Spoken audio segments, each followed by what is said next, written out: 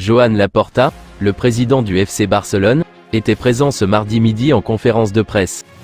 Très attendu, Joan Laporta était présent en conférence de presse pour faire un bilan de la situation du FC Barcelone.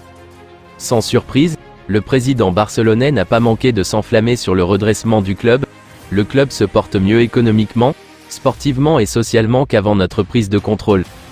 Il y a 3 ans, le club était dans une situation de risque et nous étions hors de contrôle.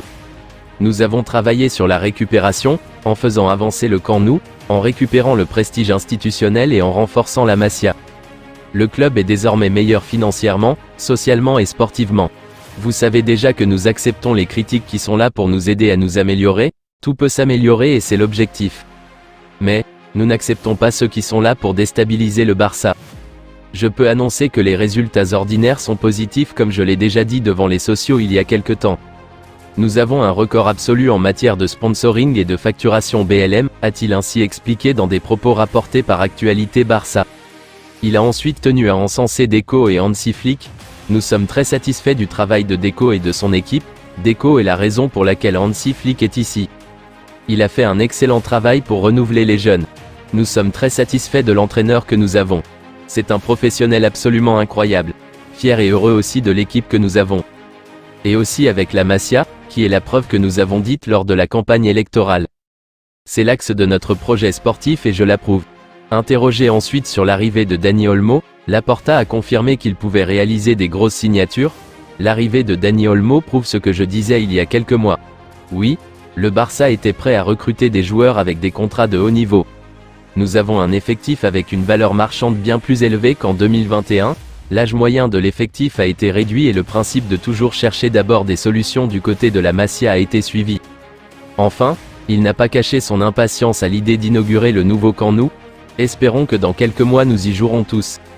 C'est le rêve de tout le monde et les culés savent que ce sera une réalité. Il y a une stratégie de mensonge, d'attaque personnelle, la réalité est qu'il faut sauver le club, et nous sommes fiers du travail qui a été fait, sans mettre en risque le futur du club, et en mettant en place les travaux du Camp Nou, qui est une réalité. Les sociaux savent qu'on a réalisé le rêve d'avoir le meilleur stade du monde, et merci à eux qui ont fait preuve d'une grande compréhension. Je veux dire à tous les sociaux que la direction que j'ai l'honneur de présider, nous allons pas les tromper car nous aimons le Barça et nous avons l'obligation de protéger les intérêts du club. Nous ne voulons pas fixer de date de retour au Camp Nou. Vers la fin de l'année s'il n'y a pas de revers.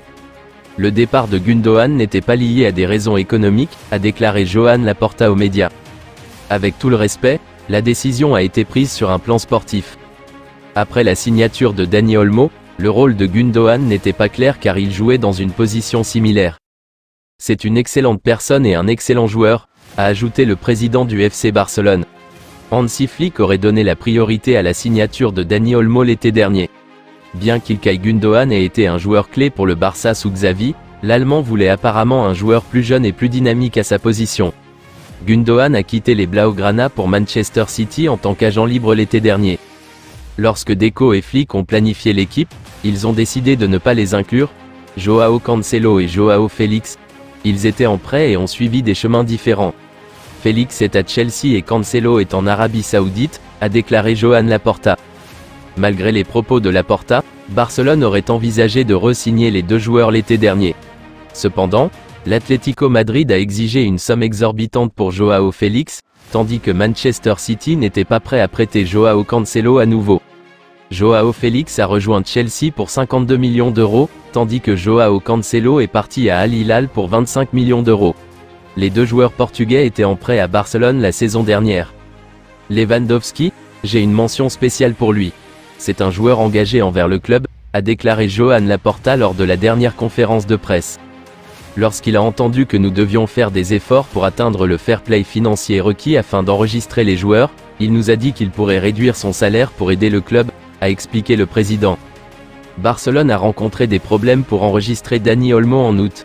Ils ont seulement pu le faire après que Andreas Christensen se soit blessé, permettant au club d'utiliser temporairement sa place libre.